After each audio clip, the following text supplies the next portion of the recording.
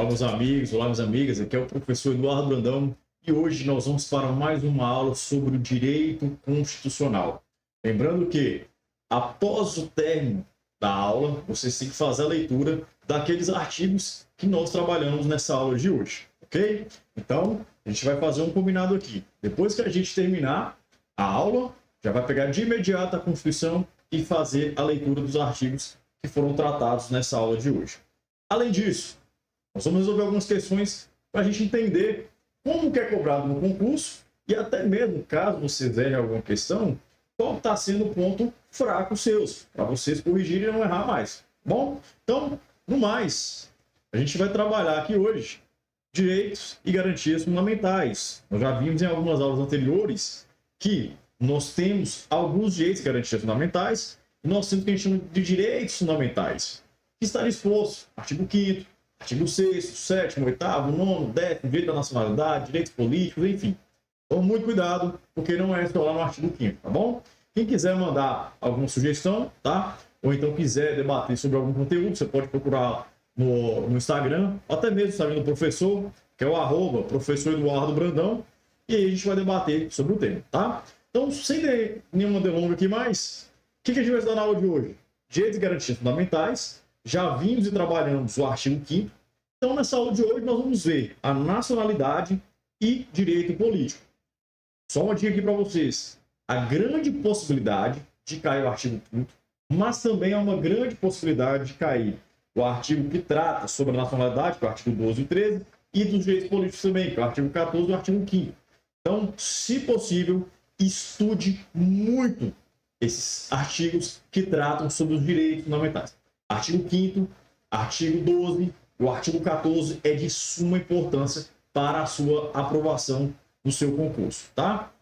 O que vai falar sobre a nacionalidade? Bom, a primeira coisa que a gente tem que entender aqui é quem é brasileiro nato, tá? Porque a gente vai fazer uma distinção depois, quem é o brasileiro nato, quem é o brasileiro naturalizado e quem é o estrangeiro. E aí eu preciso identificar cada um, pois a própria Constituição vai nos trazer algumas diferenças de direitos entre o brasileiro nato, o naturalizado e o estrangeiro.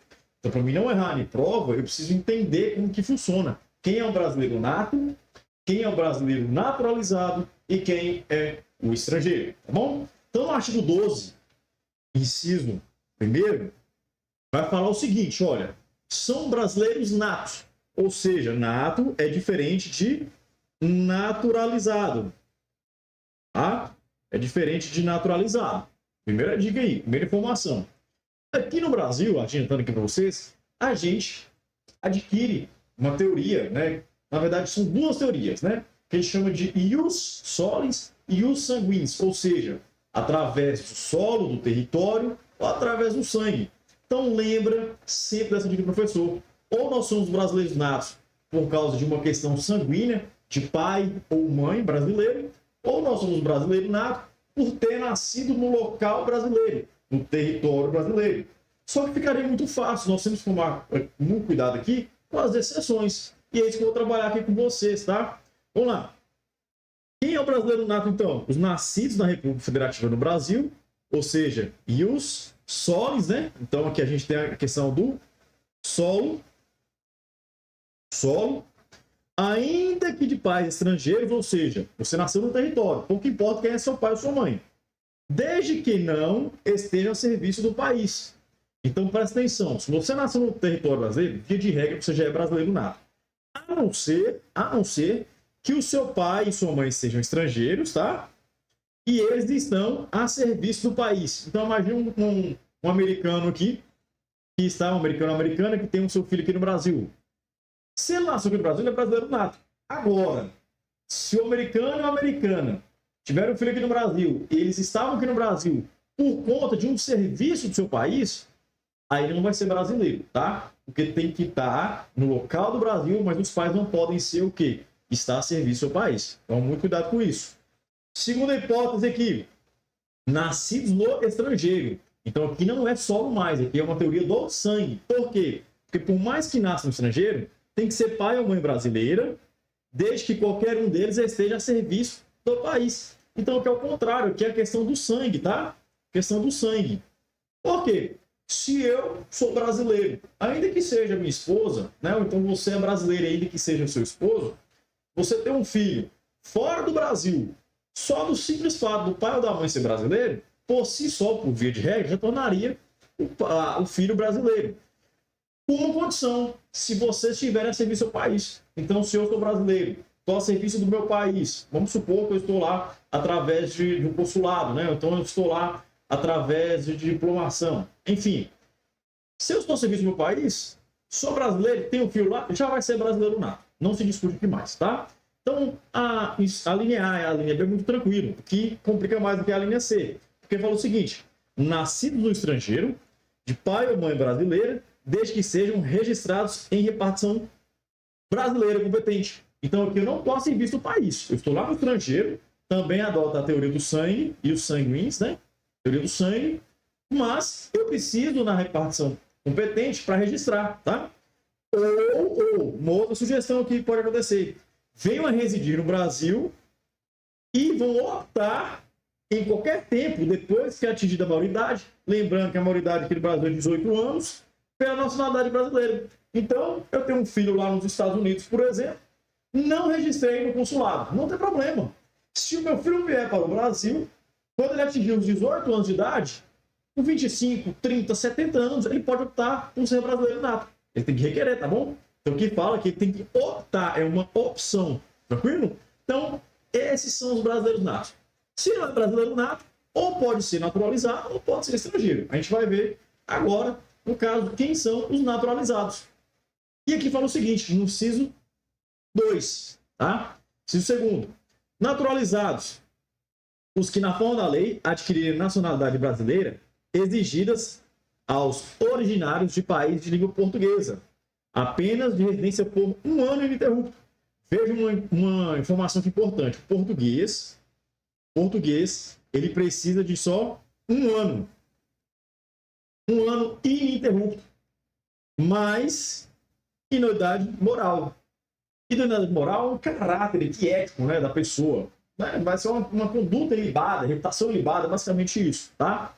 Então, português, só o português está falando países de língua portuguesa. Não é só Portugal. Se o país tiver como a sua língua portuguesa, então imagine um país lá da África, que a sua língua original é de língua portuguesa, vai cair nessa linha e nesse inciso, tranquilo?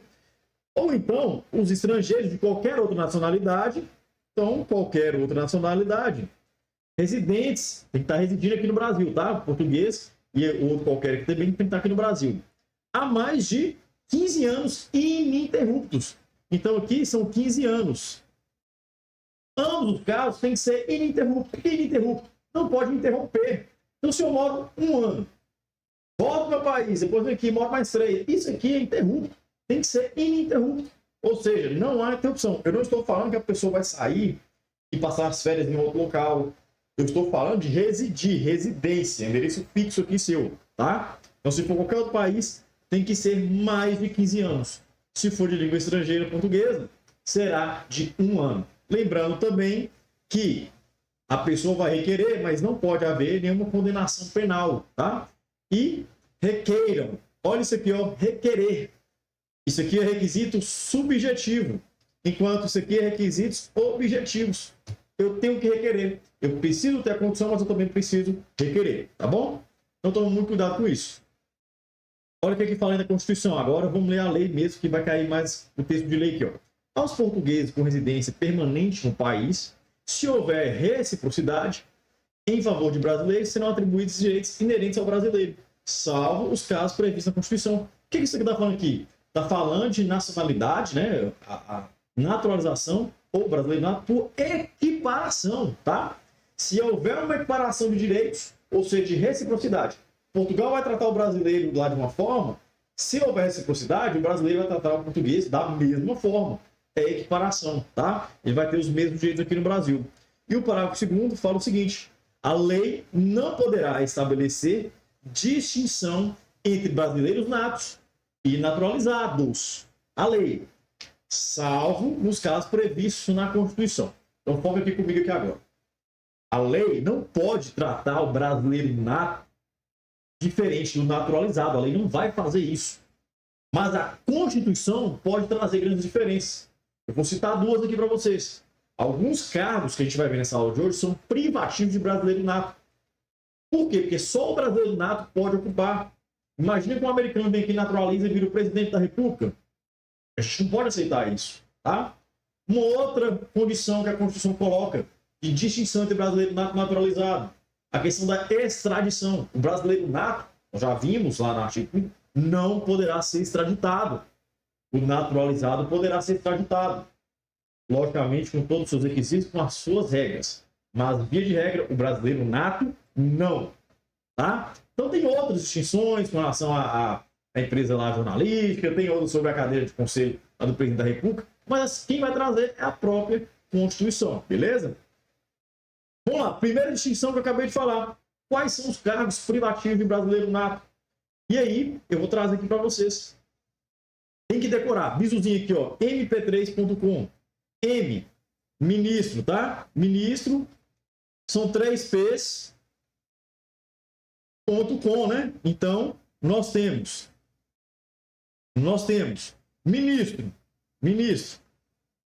do STF, não está falando de presidente, está falando ministro. Então, pode ser qualquer um. Nós temos 11 ministros do STF, qualquer um não pode ser naturalizado, tem que ser brasileiro nato, tá bom? 3 P's, presidente da República, tá? Então, o presidente e o seu vice tem que ser brasileiro nato. Presidente da Câmara dos Deputados, ou seja, na minha sucessória lá dos presidentes, o presidente ele pode acabar, o presidente da Câmara dos Deputados pode acabar assumindo a presidência do Brasil. Então, por isso, ele tem que ser brasileiro nato, tá? O presidente do Senado também, lembrando a hierarquia lá das cadeias, né, do presidente, ele pode virar um dia também presidente da República, por isso ele tem que ser brasileiro nato. Lembrando que é presidente da Câmara e presidente do Senado. Senador precisa ser brasileiro nato? Senador precisa ser brasileiro nato? Não. Porque brasileiro nato, só presidente do Senado, tá? Ponto com carreira diplomática, oficiais das Forças Armadas. A gente tem que saber quem é as Forças Armadas. Marinha, Aeronáutica, tá? Então, os oficiais das Forças Armadas e também ministro de Estado e Defesa. Toma cuidado aqui, porque pode vir questão falando ministro da Casa Civil.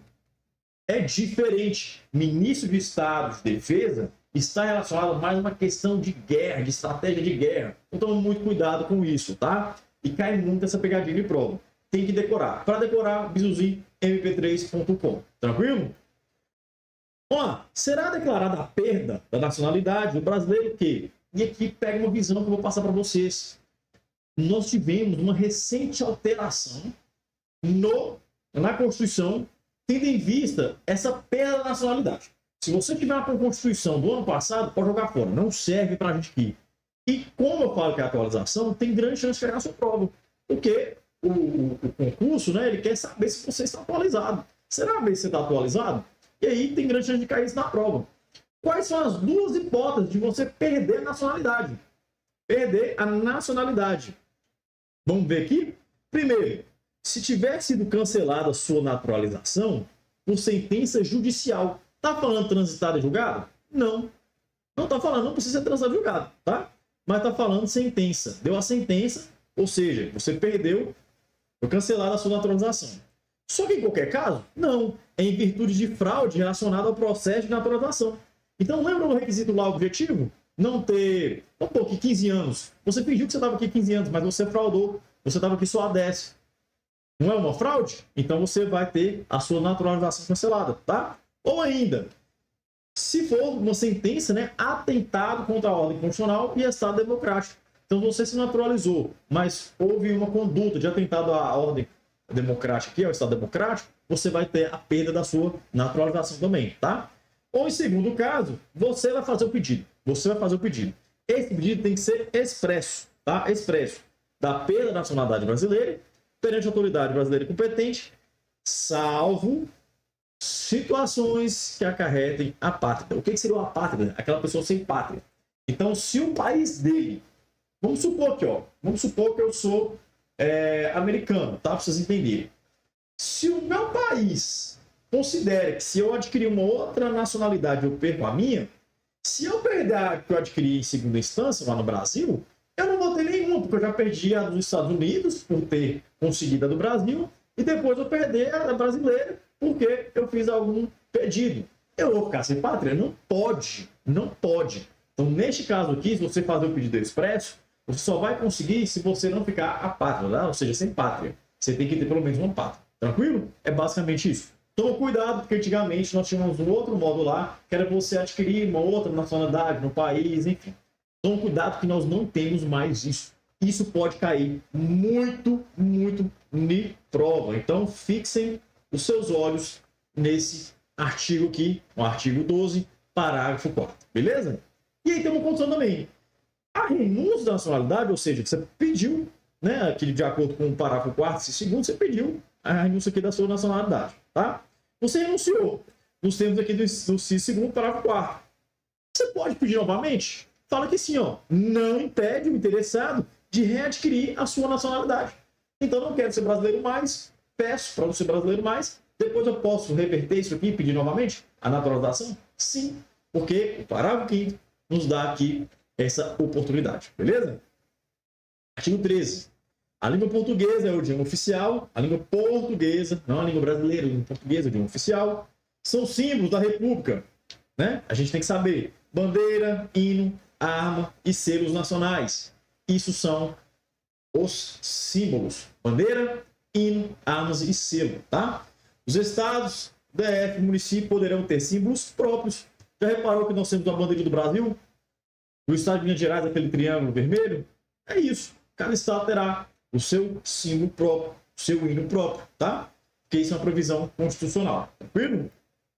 Agora, a gente passa aqui de uma vertente de direito de nacionalidade e passa para uma outra vertente que é dos direitos políticos. Isso é muito comum cobrar em prova também. Quem pode votar, quem pode ser votado, no caso do militar, o conscrito, o estrangeiro, e aí? Primeira observação aqui. Soberania popular. Estamos num Estado democrático de direito, certo? Então, o povo que exerce o poder, ele será exercido através do sufrágio universal. O que é sufrágio universal? É a capacidade que nós temos de votar e ser votado, tá? Votar e ser votado. Pelo voto direto e secreto. Por que direto? Porque o meu voto vai diretamente para aquela pessoa que eu votei. Eu não vou votar para A votar para B para mim. Não é isso. Eu voto diretamente naquela pessoa. Lembrando que nós temos lá sistemas proporcionais, sistemas especiais de votação. Esquece aqui por enquanto, tá? Mas o meu voto ele é direto, tá?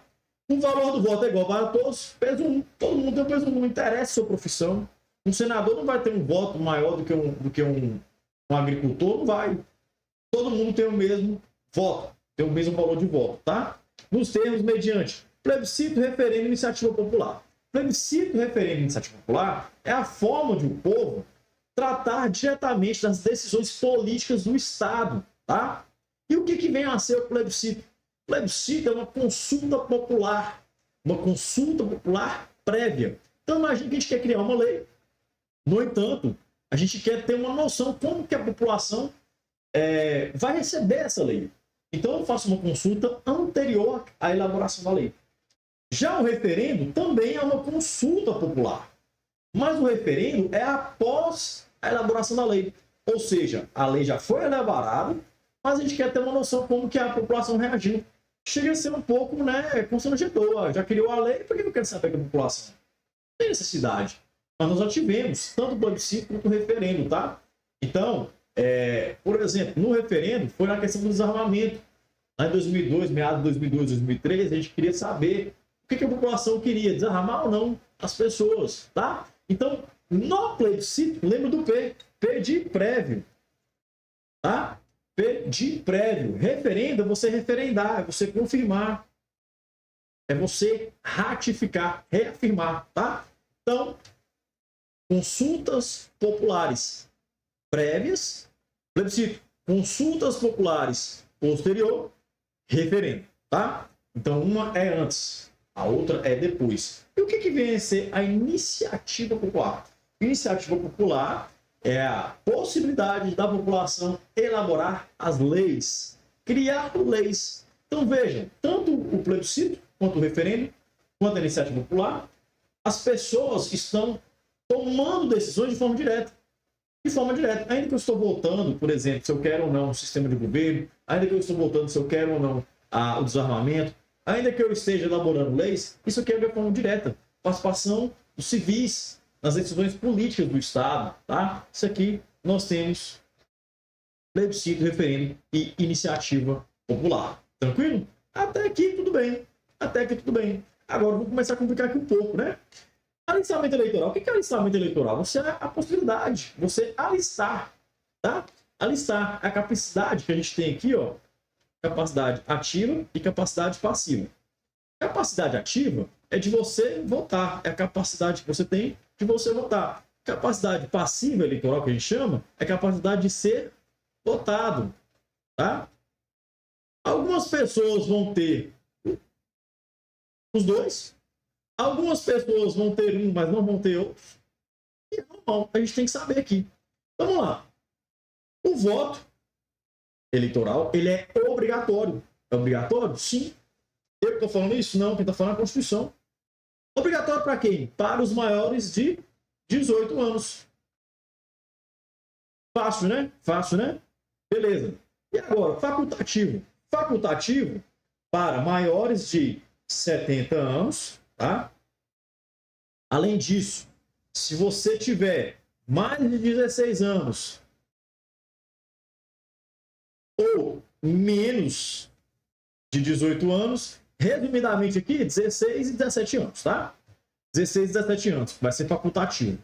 Ou então, não podem alistar-se, ou então, nós temos aqui os analfabetos, tá? Então, vamos fazer a regra aqui. É facultativo para quem? Mais de 70 anos, tá? Mais de 70 anos, os analfabetos, tranquilo? E nós temos também o 16 e 17 anos. Pergunta aqui rapidinho. Se eu tenho 78 anos de idade, é obrigatório ou facultativo? Se eu ler só o inciso primeiro, tá? Do parágrafo primeiro do artigo 14 aqui, eu vou cometer um grande erro, porque eu vou falar que é obrigatório. Falo que é maior de 18 anos. Mas o inciso segundo fala que é facultativo. Então, se eu for maior de 70, se torna agora facultativo. Então, a gente considera que é obrigatório dos 18 até os 69 anos. Entendeu? Ou ainda, se você tiver essa idade, mas for analfabeto, aí não vai cair, tá? Aí também você vai virar facultativo. Beleza? Olha o que fala o parágrafo segundo. Não podem alistar-se. Alistamento é a capacidade de você votar. Então, 70 anos pode votar? Sim, é facultativo. Analfabeto pode votar? Sim, é facultativo. 16 a 17 anos pode votar? Sim, é facultativo. E ser votado aí é outra história, tá? O que aqui o parágrafo segundo fala? Quem podem alistar-se? Os estrangeiros e os conscritos. O que são os conscritos aqui? Período do serviço militar obrigatório. Não podem votar. Não podem votar. Não podem alistar. Alistamento, capacidade eleitoral ativa. Estrangeiro e conscrito. Está falando brasileiro naturalizado? Não. Então, qualquer estrangeiro que não é naturalizado. Tranquilo? E conscrito, aquele que está no serviço obrigatório militar. Não podem votar, tá? Não errem sem prova. Além disso aqui, ó, nós temos condições de elegibilidade. Capacidade eleitoral passiva, certo? Eu quero agora ser eleito. O que eu preciso para ser eleito? Vamos decorar rapidinho aqui, eu vou te mostrar o que é mais importante. Eu preciso ter nacionalidade brasileira. Preciso ser brasileiro nato? Não, nacionalidade brasileira. Eu só não posso ser estrangeiro. Ainda que seja por equiparação, português equiparado. A Constituição não fala, mas a gente trata da forma igual. Por não falar, há um entendimento que o português equiparado também seria nacionalizado, tá? Naturalizado. Então, seria uma condição. Mas se for uma questão ipsis literis, ou seja, uma questão Ctrl-C, Ctrl-V da lei, estaria errado, tá? Então, nacionalidade brasileira, pelo exercício dos direitos políticos, não pode ter aqui suspensão ou perda. Se você tiver suspensão ou perda, você não está em pleno exercício, tá? Você tem que estar certinho para as condições eleitorais. Alistamento eleitoral, então tem que fazer o alistamento, tirar o meu tipo de eleitor lá. Domicílio eleitoral, eu posso ter um domicílio civil, um outro domicílio eleitoral. Imagina que eu sou de Montes Claros, mas eu trabalho lá em São Paulo. E eu voto em Montes Claros. Eu trabalho, eu resido, minha residência civil é lá, em São Paulo. Mas o domicílio aqui, eleitoral, é de Montes Claros. E aí?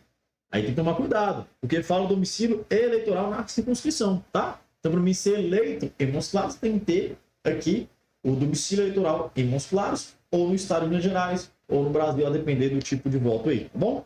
Filiação partidária. Toma cuidado. É vedado, tá? Aqui pela Constituição, você é a candidatura sem partido, avulso que a gente chama, tá? Sem partido. Você precisa filiar um partido político, tá? Você precisa filiar um partido político. Idade mínima, que é o que mais tem em prova. Vamos decorar aqui, ó, rapidinho. 35, 30, 21 e 18. Faz isso na prova suas. 35, 30, 21, 18. 35, presidente da República e senador, tá? 30, governador. 18, vereador. E o resto tá aqui. Quem está aqui? Deputado federal, deputado estadual, prefeito e juiz de paz. Tranquilo? Todo mundo está no bolo aqui dos 21 anos. Vereador 18, governador 30, presidente da República e Senado. Nós temos aqui, não é presidente do Senado não, tá? É só o senador. Não precisa ser presidente do Senado não. Tem que ter 35 anos de idade. Tranquilo?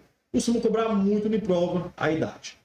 São inelegíveis os inalistáveis analfabetos. Quem não pode ser votado? Eu falei, quem não pode votar, certo? Inalistáveis. E quem não pode ser votado? O analfabeto. Olha que interessante. O analfabeto, ele pode votar, mas não pode ser votado. Tá? E além disso, não pode votar também, não pode ser votado por conscrito e o estrangeiro. Esses dois aqui não podem nem votar e nem ser votado. Tá? Não pode votar nem ser votado. A diferença é que o analfabeto, ele pode votar. Beleza? Agora toma cuidado aqui, ó. Olha o que ele fala. O presidente da República, os governadores do Estado Federal, os prefeitos, ou quem houver sucedido, os substituídos no curso dos mandatos poderão ser reeleitos para um único período subsequente. Nós estamos falando aqui do chefe do executivo. Chefe do executivo. Então eles podem reeleger por um período subsequente. 4 anos, mais 4 anos. Conseguir esse período, tenho que sair na próxima eleição. Tá? Tranquilo? Você está falando chefe do executivo. Presidente, governador e prefeito. Presidente, governador, prefeito, chefe do executivo. Está falando de deputado? Não. Então o deputado pode ser reeleito várias vezes? Pode. O próprio Jair Bolsonaro foi eleito mais de 3, 4, 5 vezes como deputado federal. Então, porque não tem vedação. Agora, prefeito, presidente, governador não pode. Tá? Parágrafo 6º. Para concorrer a outros cargos. Mais uma vez, aqui está falando só do chefe do executivo. Prefeito, presidente, governador, tá? Devem renunciar aos seus respectivos mandatos 6 meses antes do direito. Então, se eu quiser, eu sou prefeito, se eu sou governador, se eu sou presidente, se eu quiser qualquer outro cargo, eu preciso sair do meu cargo até 6 meses. Então, antes de eu completar os 4 anos ali, até 3 anos e meio praticamente, né? Nós vamos ter ali de mandato, eu tenho que sair para concorrer ao outro cargo. Eu tenho que renunciar, tá?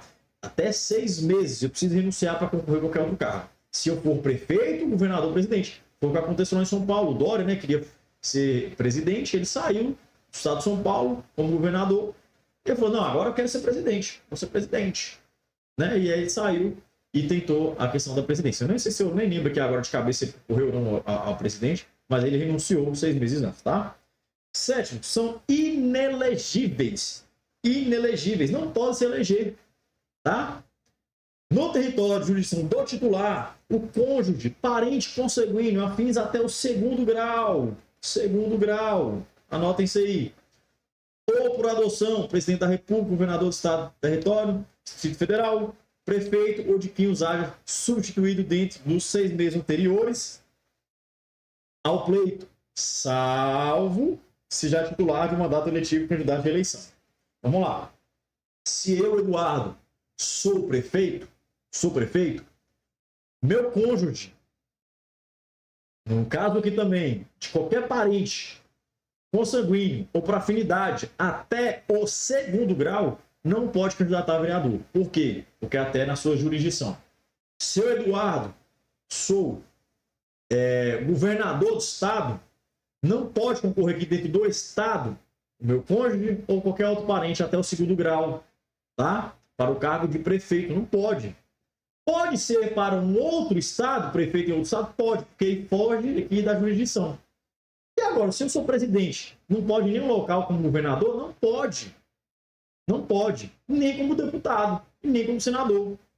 Só que eles vão falar assim, mas no caso do Bolsonaro, né, o filho dele foi deputado e ele foi presidente. Como que aconteceu isso? Porque entrou na exceção aqui, ó.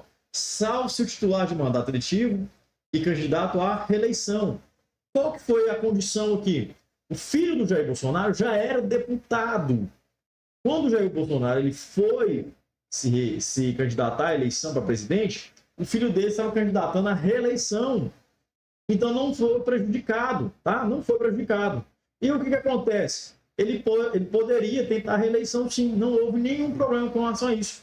Agora, se ele não fosse deputado, estivesse candidatando a deputado junto com seu pai ao presidente, ele não poderia. Ele só tentou a reeleição. Na caso da reeleição, pode.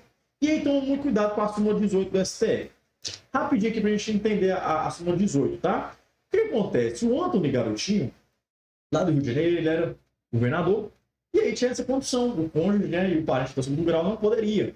E o que ele pensou? Vou divorciar aqui da minha esposa vai entrar agora como governador, a gente vai fazer isso. E sim, eles fizeram, tá? Ele se divorciou de uma forma, assim, fática, tá? São os fatos mesmo. A esposa dele candidatou a eleição e até ganhou. Mas aqui fala separação, divórcio? Não fala. Foi esperto, né, o Antony Garotinho? E aí criou essa súmula aqui, ó. O que fala a súmula? A dissolução da sociedade do vínculo conjugal no curso do mandato, no caso ele era já governador, não afasta a inelegibilidade. Então não adianta você querer ser esperto agora, tá? Ainda que você faça o divórcio, se você divorciar ou separar da sua esposa, no curso do mandato aqui, ela também não vai poder, tá? Não adianta, por conta da súmula vinculante número 18. Tranquilo? E no caso aqui do militar? Militar é muito tranquilo, tá? Militar a gente já viu, se for lá o conscrito, não vai poder votar nem ser votado. Né? Então o conscrito não pode. E o resto? É o seguinte, o resto ele vai ser elegível, só que tem algumas condições. Com menos de 10 anos de serviço, ele vai afastar-se da atividade. É isso, ele vai ser afastado da atividade, porque ele conseguiu uma certa estabilidade ainda. Com mais de 10 anos de serviço, aí já tem uma certa estabilidade. O que vai acontecer? Ele vai ser agregado pela autoridade superior, então agregado pela autoridade superior, e se ele for eleito, ele passará para a inatividade, tá? Então se ele for eleito, ele passa para a inatividade. Isso é de forma automática? Sim, de forma automática. Só que toma muito cuidado. Quando que ele vai passar para a inatividade se ele for eleito? É no ato da diplomação, tá? Toma muito cuidado aqui. Não é quando ele assume o cargo, não. É quando sai aquele diploma de quem foi eleito. Aí ele já passa automaticamente para a inatividade. Tranquilo? E no artigo 15, fala o seguinte, é vedado cassação. Cassação aqui a gente tem que ter uma noção que é algo mais arbitrário, é uma pessoa retirar de uma forma subjetiva. Imagina que eu sou presidente da República e falo, você agora não vai votar e não vai ser votado, você agora não pode votar. Isso seria arbitrário. Então, a cassação ela é vedada. A cassação dos direitos políticos é vedada, tá? Mas nós temos casos de perda e suspensão. Eu posso perder e posso ser suspenso. Quem vai falar se é perda ou suspensão é a doutrina. Na sua prova é muito difícil cobrar aqui o que vai ser perda ou suspensão, tá? Mas é mais difícil utilizar a questão da prova. Eu preciso só entender o seguinte: quais são os casos de perda e suspensão? Isso já consigo resolver muita questão, tá? Então vamos lá. O que é perda e suspensão dos direitos políticos? Cancelar a naturalização por sentença transitada em julgado, aí sim, você precisa ter o trânsito em julgado da sentença, tá? Do seu cancelamento da naturalização. Incapacidade civil absoluta. Toma cuidado, porque hoje em dia a incapacidade civil absoluta é só do menor de 16 anos, tá? Menor de 16 anos. Porque 16, 17 anos é relativo. Os ébrios habituais também relativos, deficientes é relativo, todo mundo é relativo. O único que é absolutamente aqui incapaz é o menor de 16 anos, tá? Ah, mas tem o caso do indígena. Toma cuidado, porque o indígena vai depender. Mas absolutamente capaz, de acordo com o Código Civil, só menor de 16 anos. Tranquilo? Condenação criminal. Criminal transitada em julgado também. Precisa transitar em julgado. Enquanto durarem seus efeitos. Recusa de obrigação a todos imposta ou prestação alternativa. Então aqui tem que tomar cuidado, tá? A gente chama de escusa de consciência. O que é escusa de consciência? Você recusa uma obrigação que seria a todos imposta. E aí o Estado vai vir e vai te dar uma outra obrigação alternativa. E você não cumpre ela. Olha o exemplo. Eu preciso, como sexo masculino, me alistar, né? 17, 18 anos, alistar lá no serviço militar obrigatório. Aí eu falo, não, eu de acordo com a minha condição filosófica, né, eu não gosto de pegar em arma, eu odeio arma, acho que a arma é uma coisa muito ruim para a vida. Beleza, o Estado fala, então você não vai se alistar não, tá tranquilo. Mas aí você vai cumprir essa obrigação aqui alternativa. Eu tenho que cumprir? Tem, porque se eu não cumprir, eu vou ter a pena da suspensão dos direitos políticos, tá? E improbidade administrativa. Se eu for condenado a um crime de improbidade administrativa, tá? Uma conduta de improbidade administrativa, eu também posso ter a perda ou a suspensão dos direitos políticos. A maioria dos casos aqui seria suspensão, tá? Exceto a da naturalização, que seria perda. E a recusa de consciência não tem na doutrina de forma unânime o que seria. Então aqui seria perda, aqui seria suspensão, porque depois você volta. Criminal também é suspensão, depois você cumpre, você volta. Improbidade, depois que você cumpre a pena do mesmo, você volta. Recusa de consciência não tem aqui de uma forma majoritária. Há muita divisão aqui, tá? E o artigo 16 fala, ó, a lei que alterar o processo eleitoral entra em vigor na data de sua publicação. Ela vai entrar em vigor na data de publicação. Só que não vai aplicar até a eleição que ocorra até um ano. Então você precisa de um ano aí para a população, os eleitores, tá? E os candidatos se adequarem à lei. Tranquilo? Dúvidas? Beleza. Batedor aqui, né? A gente viu alguns artigos que é mais importante aqui, direito da nacionalidade, direito de polícia. Agora vamos trazer algumas questões aqui para a gente resolver, para a gente ver se a gente consegue resolver e entender a matéria. Vamos ver aqui, ó. Questão 1. A aquisição da nacionalidade secundária. Primeira observação aqui. Nacionalidade primária, tá? A primária é o brasileiro nato. A secundária é o naturalizado. Naturalizado, beleza? Primeira observação aqui. Então, estou perguntando. Sobre a nacionalidade secundária, nós estamos falando de naturalização. Vamos ver aqui qual que é a correta? A. É obtida por nascido no estrangeiro, desde que descenda do nacional? Não. Porque isso aqui a gente está falando de naturalização. Não precisa dependência nacional aqui, não. Eu preciso só de condições objetivas. Está residindo aqui há mais de 15 anos, não ter sentença condenatória criminal transitando em julgado, tem o que requerer, enfim, não precisa disso, tá? B. Não é prevista pelo ordenamento jurídico brasileiro que adota o critério do ius soli? Tá errado também, tá? Por quê? Porque tem previsão expressa, nós já vimos isso. A gente pode pedir a naturalização, sim. Do português vai ser de uma forma, do português vai ser de uma forma, os demais será de outra forma, tá? C. Compreende suas espécies ordinária e extraordinária, segundo os requisitos estabelecidos em lei? Sim. O ordinário aqui é para os países de língua portuguesa. O extraordinário é para os outros países, tá? Então, ordinária, extraordinária. E respeitar os requisitos estabelecidos em lei. Tranquilo? Vamos ver aqui. A D. Atende os sistemas ius solis e ius sanguinis? Isso? Não. Isso aqui é brasileiro nato. Nós estamos querendo saber de naturalizado, tá? Então, a gente não vai adotar isso aqui. Se fosse nato, realmente seria ius sanguinis, que é a questão do sangue, e o soli, que é a questão do solo, tá? Não é prevista pelo ordenamento jurídico brasileiro que adota o critério do ius sanguinis. Não, isso aqui não tem nada a ver, isso aqui é só lá um brasileiro nato, tá? Naturalizado é a alternativa C, compreende duas espécies, ordinária e extraordinária, segundo os requisitos estabelecidos em lei. Tranquilo? Questão 2 aqui, ó. John, nacionalidade norte-americana, ou seja, até então não é brasileiro aqui, tá? Devidamente autorizado pela autoridade competente, residente há mais de 20 anos no território brasileiro, interessado em obter a nacionalidade brasileira, a gente está falando de naturalização aqui, obviamente, procurou um advogado e o questionou sobre os requisitos estabelecidos em ordem constitucional para isso viesse a ocorrer. O advogado respondeu corretamente que, John, vamos lá, adquirirá tacitamente a nacionalidade brasileira pelo decurso do tempo. O que seria adquirir de forma tácita? Tácita é de forma automática, você não precisa ter o pedido expresso, tá? Então, aqui no Brasil, a gente tem que pedir, a gente tem que requerer. Então, de forma tácita, não vai adquirir de forma tácita, não. Ainda que ele já tenha um requisito, ele tem que requerer, tá? B, ao completar 25 anos residindo no território brasileiro, terá reconhecida tacitamente a nacionalidade brasileira. Já vimos isso, tacitamente não, ainda que tenha 50 anos, tá? C, irá adquirir a nacionalidade brasileira quando preenchidos os demais requisitos objetivos previstos na Constituição Federal de 1988. A princípio que isso está errado, porque ele tem que requerer. Requerimento é requisito subjetivo, tá? Requisito objetivo é o tempo, tranquilo? E também a questão da condenação. Então, condenação criminal, tá? Transitando julgado, não pode ter nenhuma condenação. Então, requisito objetivo, ok, mas faltou requisito subjetivo.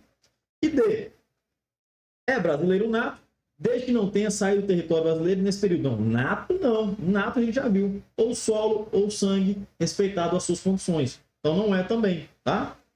Então tem que ser né? Vamos ver se é mesmo. Pode requerer a nacionalidade brasileira desde que não tenha condenação penal. Tá certo, pode requerer a nacionalidade brasileira. Ele já tem mais de 20 anos aqui, tá tranquilo. Tá falando que ele vai requerer, ele tá falando que vai ser tácito. Desde que não tenha condenação penal. Certíssimo. Então, a alternativa correta aí, a alternativa é. Tranquilo? Dúvidas? Uma outra questão aqui, ó. Ao disciplinar as formas de aquisição e perda da nacionalidade brasileira, a Constituição Federal estabelece que será declarada a perda da nacionalidade do brasileiro que... Gente, presta atenção aqui, ó. Essa questão eu trouxe de propósito, uma questão de 2024. Se você for responder uma questão de 2022, você vai responder de forma errada. Por quê? Porque houve uma atualização através de uma emenda constitucional lá na nossa Constituição, tá? Então, vamos resolver aqui. Nós só temos 2 casos, tá?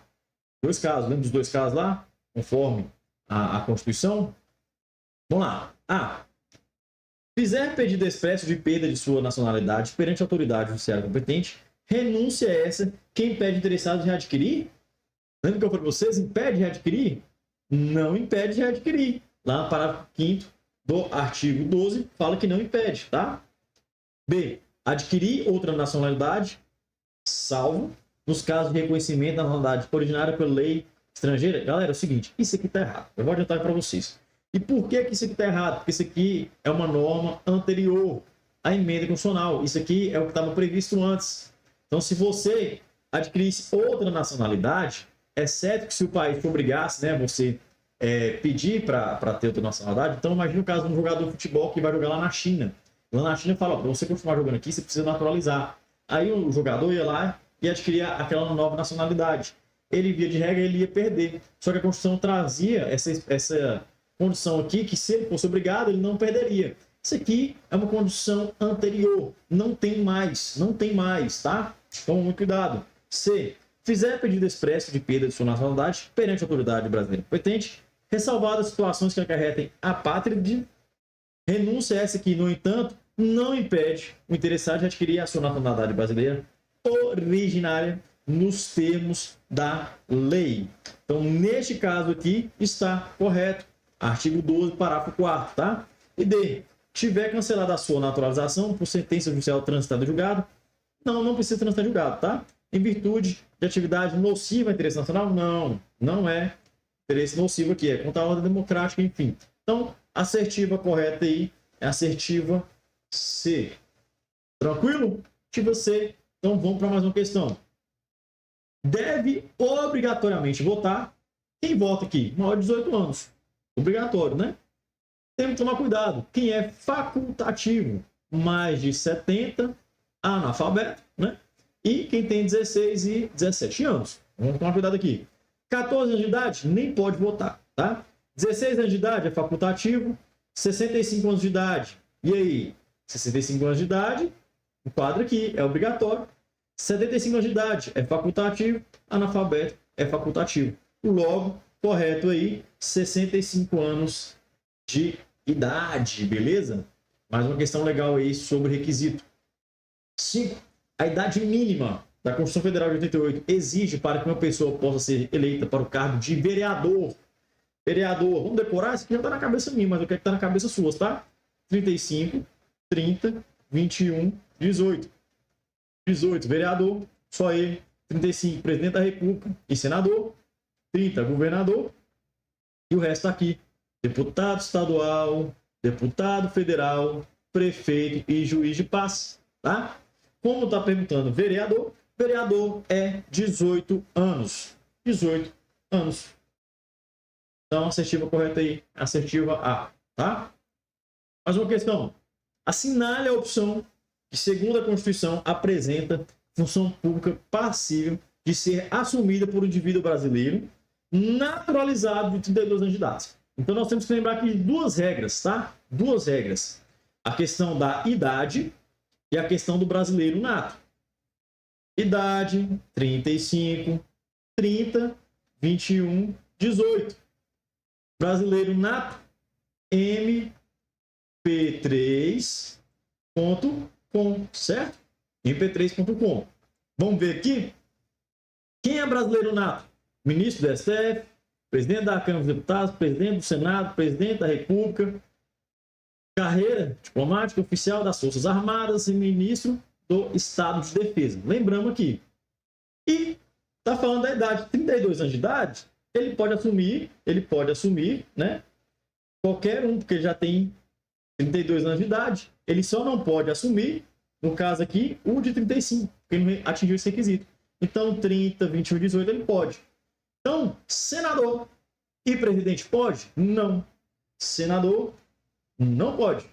Presidente da Câmara dos Deputados, brasileiro nato, também não pode. Ministro do STF, brasileiro nato também, não pode.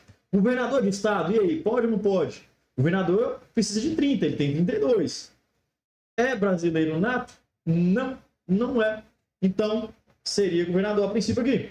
Oficial das Forças Armadas é cargo brasileiro nato, logo, a assertiva correta aí é a assertiva C. Ele já tem 32 anos de idade, o requisito mínimo é 30, e não é cargo privativo de brasileiro nato, tá? Então dá para matar essa questão facilmente também. E além disso, questão 7. Célia acabou de ser eleita governadora de um estado do Brasil e seu marido Adolfo, caso o marido que é cônjuge, tá? Pretende concorrer à prefeitura de um município pertencente a esse mesmo estado. Então vamos pôr aqui para ilustrar, estado de Minas Gerais, e ele quer ser prefeito de um município, o marido dela quer ser prefeito de um município do estado de Minas Gerais, nas próprias eleições municipais. Nesse caso hipotético, considerando apenas, para de trabalhar com questões através do si, vamos só o que a questão está fornecendo. Adolfo, vamos lá. Não pode concorrer ao cargo de prefeito, pois é inelegível no território de jurisdição titular o cônjuge do governador do estado, salvo se Adolfo já for prefeito daquele município candidato à reeleição. Exatamente, eu dei o exemplo aqui do caso do Jair Bolsonaro, do filho dele. Então, no território do estado, ele não poderia ser prefeito, salvo se ele já fosse prefeito e tivesse candidatado a uma reeleição. Então, aqui ele poderia sim, tá? Por amor à matéria, vamos analisar as demais. B, não pode concorrer ao cargo de prefeito. Em nenhuma hipótese, não. Se for reeleição, ele pode sim. C, pode concorrer ao cargo de prefeito, pois apenas elegível no território de jurisdição titular o cônjuge da República. Não. Qualquer parente até o segundo grau, tá? Pode concorrer ao cargo de prefeito, pois o território de jurisdição titular é diferente do território de jurisdição onde ele exerce seu mandato? Não, a própria questão está falando que é o mesmo estado. Então não tenho o que questionar aqui. E pode concorrer ao cargo de prefeito, pois apenas são inelegíveis no território de jurisdição titular os parentes consanguíneos e afins até o segundo grau por adoção do presidente da República. Não. Qualquer chefe do executivo aqui, e além disso, o cônjuge também pode, tá? E segundo grau aqui, a gente tem que tomar muito cuidado, viu? Tem que saber lembrar quem é o segundo grau. Então tem você, seu pai e sua mãe, primeiro grau em linha reta. Seu avô e sua avó, segundo grau em linha reta. Logo, o seu filho, primeiro grau em linha descendente aqui em linha reta, e o seu neto aqui em segundo grau, tá? Te volta para o tio, seria aqui também terceiro grau. Primeiro, segundo, terceiro grau. Então, o tio poderia, tá? Então, muito cuidado. E levando aqui também para a sua esposa, ou seja, no caso do seu cunhado, essas questões nesse sentido, poderia. Agora, tome cuidado. Por quê? O seu pai e sua mãe em primeiro grau. Volta para o seu irmão aqui, segundo, em linha colateral. Então, o seu irmão não pode, tá? tem que saber aí o que é primeiro grau, segundo, terceiro até quarto grau. Lembrando que a validação aqui é até o segundo grau. Tranquilo? Então, vamos para a próxima aula. Fiquem com Deus. Até a próxima.